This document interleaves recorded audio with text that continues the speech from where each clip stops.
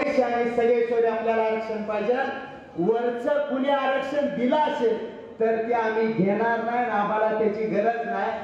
जी कोणी वर 4% जी मराठा आहे, ज्यांनी फटकड्या वाजवल्या त्याच्या कारखानदाराची आणि त्याच्या घराची चौकशी लागेल म्हणून त्यांनी फटकड्या वाजवल्या. आम्ही सामान्य लोकांनी फटकड्या वाजवलाय. आम्हाला 50% आतलं आरक्षण पाहिजे. मित्रांनो, साधं उदाहरण संत ज्ञानेश्वर माऊलीच्या इंद्रायणीच्या कडाला विठोबा बामणानं कमरत लाता घातल्या आणि आज त्याचं परिवार ही ज्ञानेश्वर महाराजाच्या घरावर जगतंय. या पंढरीतल्या पांडुरंगाच्या नगरीतला संत नामदेव महाराजांना पंजाब मध्ये जाऊन सांगितलं की या पांडुरंगाची भक्ती काय आहे, पांडुरंग कसा आहे, पांडुरंगाच्या आशीर्वादाने काय चालतंय ही इतिहास सांगण्यासाठी पंजाब मध्ये जावं लागलं श्री संत ज्ञानेश्वर माऊलीला किंवा श्री नामदेव महाराजाला. पण गेले 50 वर्ष या महाराष्ट्रातल्या मराठ्याच्या साखर सम्राटांनी राष्ट्रवादी असेल, काँग्रेस असेल, शिवसेना असेल, बीजेपी असेल यांनी फक्त आपलीच गाडी आपलीच माडी आपल्याच बायकोची गोलगोल साडी केली. यामुळे आपल्याला ही दिवस मोजाची पाळी आली. मित्रांनो, सांगायचं दुर्दैव एवढा ही 50% ओबीसीतलं आरक्षण का मागायचं आहे तर ही घटनेतलं आरक्षण आहे. इथं या व्यासपीठावर वकील आहे, खाली बसलेले संतोष भोसले वकील आहे, यांना परिपूर्ण अभ्यास आहे की ते 50%च्या आत जर आपल्याला आरक्षण दिलं तर त्याला चॅलेंज करता येत नाही. म्हणून मनोज जरांगे पाटील ते आरक्षण मागतात. ही उठ्याची सुट्ट्याची 10% आरक्षण दिलं म्हणते. अरे 10% आम्हाला निवडच की खायचा नाही, आम्हाला कच्ची डाळ घ्यायची नाही, आम्हाला तूप घ्यायचं नाही, भात घ्यायला कशाला आमच्या धुळीत टाका लागलाय. तुम्हाला ज्याला द्यायचा त्याला द्या, आमचा विरोध नाही.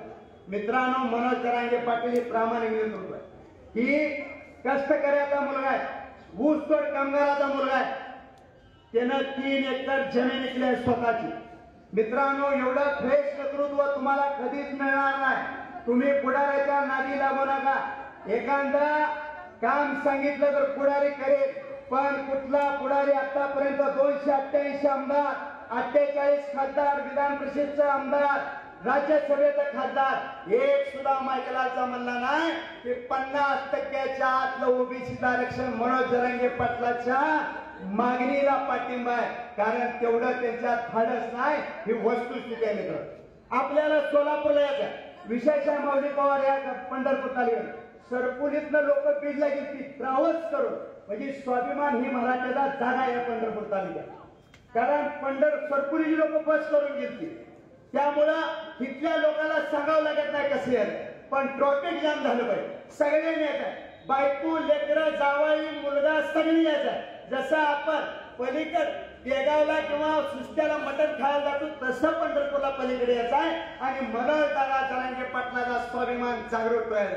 काही पक्षातले आपल्या सोलापूर जिल्ह्यातले ती एक के पाटील म्हणून नावाचे भूताळ आले माळशिरस तालुक्यातलं, आणि ती सांगोला तालुक्यातले कोपऱ्यात केदार म्हणून आहे. अरे तुझ्या मिशा बोलल्या तर तू बाजारातल्या जोगत्याला दिसतून तू जरांगे पाटलावर बोलतोय. अवकाश लागते त्याची. अरे तुम्ही जी मराठ्यात जन्माला आला तुमची लायकी सुद्धा नाही जरांगे पाटलावर बोलायची. माझी विनंती आहे मराठा समाजात. अरे ज्या छगन भुजबळनं 2 वर्षे काढली छलमध्ये 150 कोटीचा भ्रष्टाचार केला महाराष्ट्र सदन म्हणताना दिल्लीत, त्याचा एकही समाजाचा माणूस त्याच्या विरोधात बोलत नाही. अरे आपण मराठ्याचा आहे, अरे आपण जरांगे पाटलासारख्या माणसाच्या मागे स्वाभिमानानं उभा राहिलं पाहिजे, ही भूमिका घेतली पाहिजे. अरे 1 रुपयाची अपेक्षा करत नाही. वर्षातनं 4 वेळा घरला गेला, आता आपण इथे येताना 10 वेळा आपल्या घरी फोन करतो. याची कुठं तर जाणीव ठेवा, याची कुठं तर आत्मचिंतन करा. अरे जरांगे पाटील जरी लढत असले तर आपण कुठं तर वाट अडवाय, कुठं जमीन आडवी आली तर तुम्ही आम्हाला खांद्यावर घ्या, कुठं पाणी आडवं आलं तर आम्ही तुम्हाला खांद्यावर घेऊ. असं यशस्वी करून हे आरक्षण पदरात पाडून घ्यावं लागेल आपल्याला जाणारा काळ.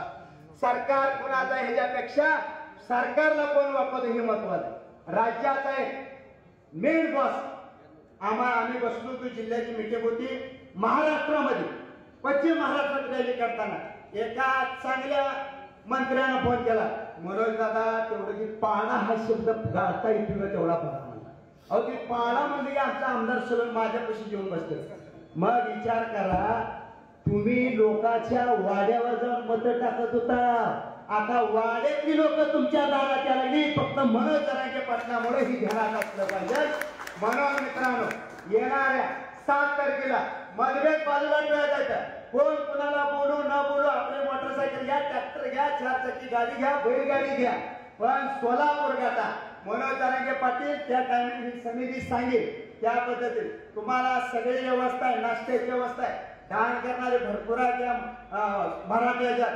तुम्ही फक्त वाटेला लागा, कापडं घाला, आंघोळ करा, वाटेला लागा. तुम्हाला पोटाला कमी पडलं म्हणून मला फोन करा, तुमच्या पाया पुढे लोटांगण घेतो एवढा मराठा धान सुद्धा. अरे जरा तर आपण लागलं पाहिजे, आपण मराठ्यात आहे. मुस्लिम समाजाचा माणूस आंतरवली सराटीला गेल्यानंतर मुस्लिम समाजाची माणसं हजार माणसं आपल्याला जीव घालत होती. आज ती सुद्धा माणसं आपल्याला मदत करण्यासाठी तयार आहे. दलित समाजाची माणसं तयार आहे. ओबीसीचा कोणतर ती लोकसभेला उभा राहिलेला बोकडासारखी दाढी वाढवून मसुबाला सोडते ती गावात आपल्या. अरे तू मग जरांगे पाटलाला चॅलेंज देऊ नको.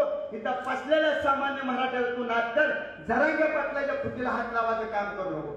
आणि माझी विनंती आहे, कोण दुधात मिठाचे खड्या टाकण्याचं काम चालू आहे सरकारचं.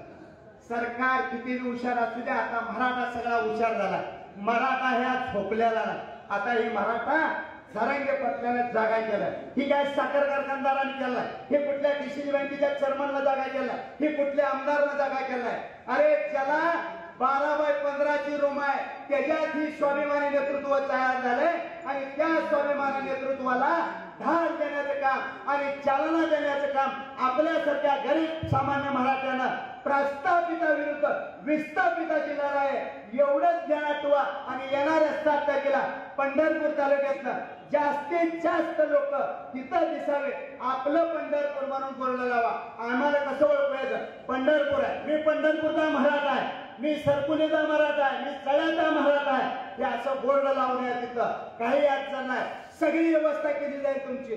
जिथं कमी पडेल तिथं आम्हाला कमी पडलं तुम्ही तिथं आहे असं मिळून आपल्याला आरक्षण घ्यायचं आहे. पण या अनाजी पंथाच्या ठोकरावर लाथ घालूनच आरक्षण घ्यायचं आहे.